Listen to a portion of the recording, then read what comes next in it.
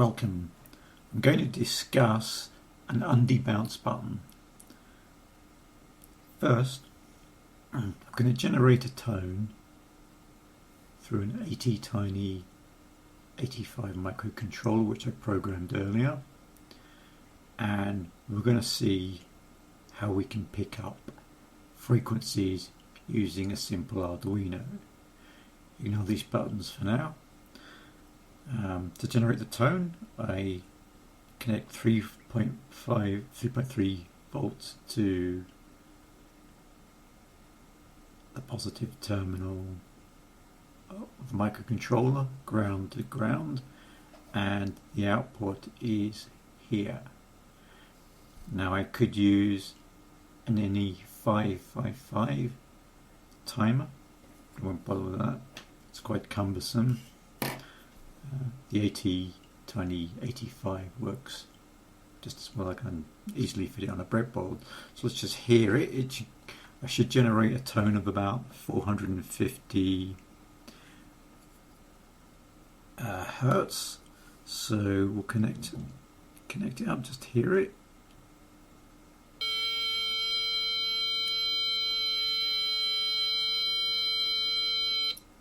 That's enough of that.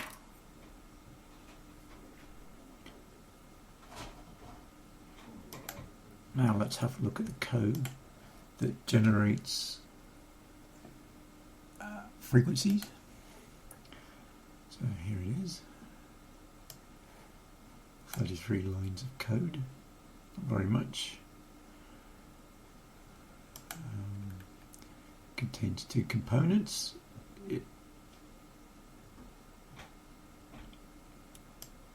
Here we count up the number of falling edges. Here we do a count, just keep counting up the number of falling edges we have, and in this function here, every second we'll report the total count. Then we clear the count. There's an external library called MS Timer 2, which is attached here. So every 1,000 milliseconds, so in other words every second, we call this function called report ISR. There's nothing to do in the loop here. So that should print out a frequency to the serial port. No need for oscilloscopes. So let's connect to the serial port, and we can see no input through this pin here.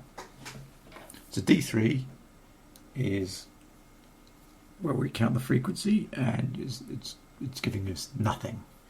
So let's connect up the output signal from the AT-Tiny 85 to the input. See what we get. It should go up. So 450 you can see coming up. So that's 450 hertz that's being generated, which you heard earlier. Okay.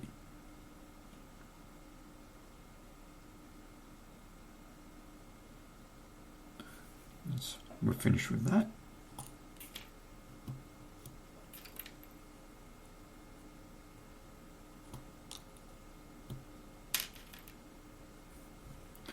Now let's see what happens with regards to the button.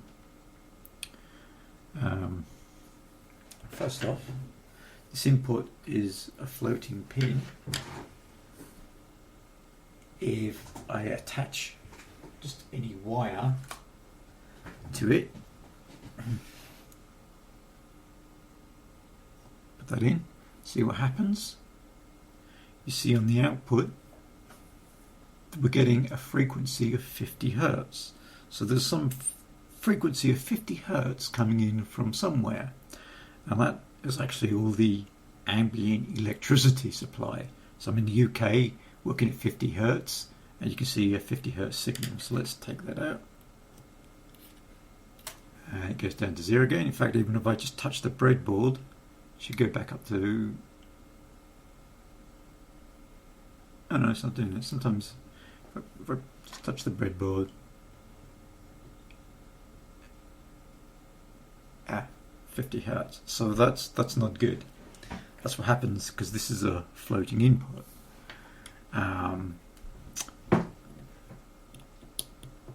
So not much happening there. So what I want to do is I want to create a pull-up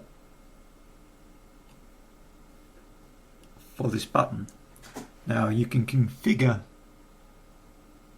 Arduinos to have a pull-up resistor, but we haven't done that. It's a floating input so that we can find out what the signals are. So let's create the equivalent circuit.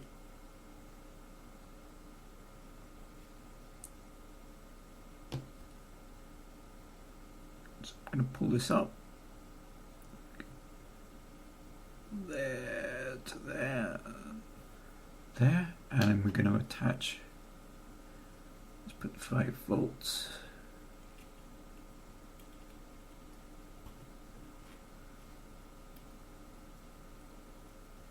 To here. So we've got 5 volts going to the input here. Right, so when I press the button, you'll see there's a falling edge. So we can see from the serial port that it registers that. If I let go, shows nothing. Now that's normally quite good. So what's the non-debouncing bit? Well, if you press the button, it's working now. But sometimes if I release it,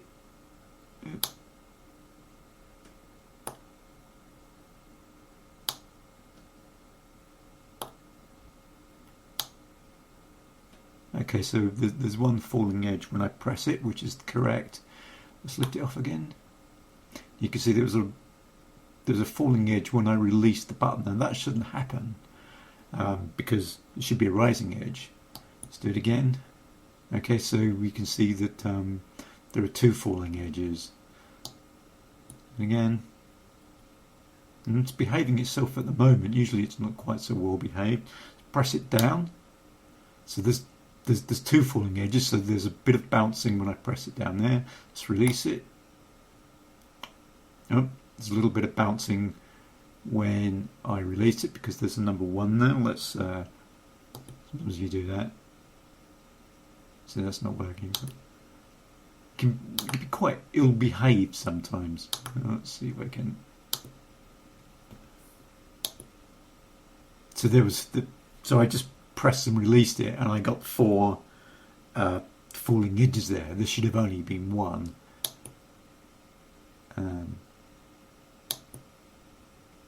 3 there. Sometimes you get quite a lot. So really, this is just a demonstration of what happens if you don't debounce a button. And I've used an Arduino Nano to record the frequencies. Saves me using an oscilloscope, but you can see that the button is not behaving nicely here, and if you hadn't debounced this button like it's not debounced here, then you'll get all sorts of triggering on your circuitry. That's all I want to say for now. Thank you and bye.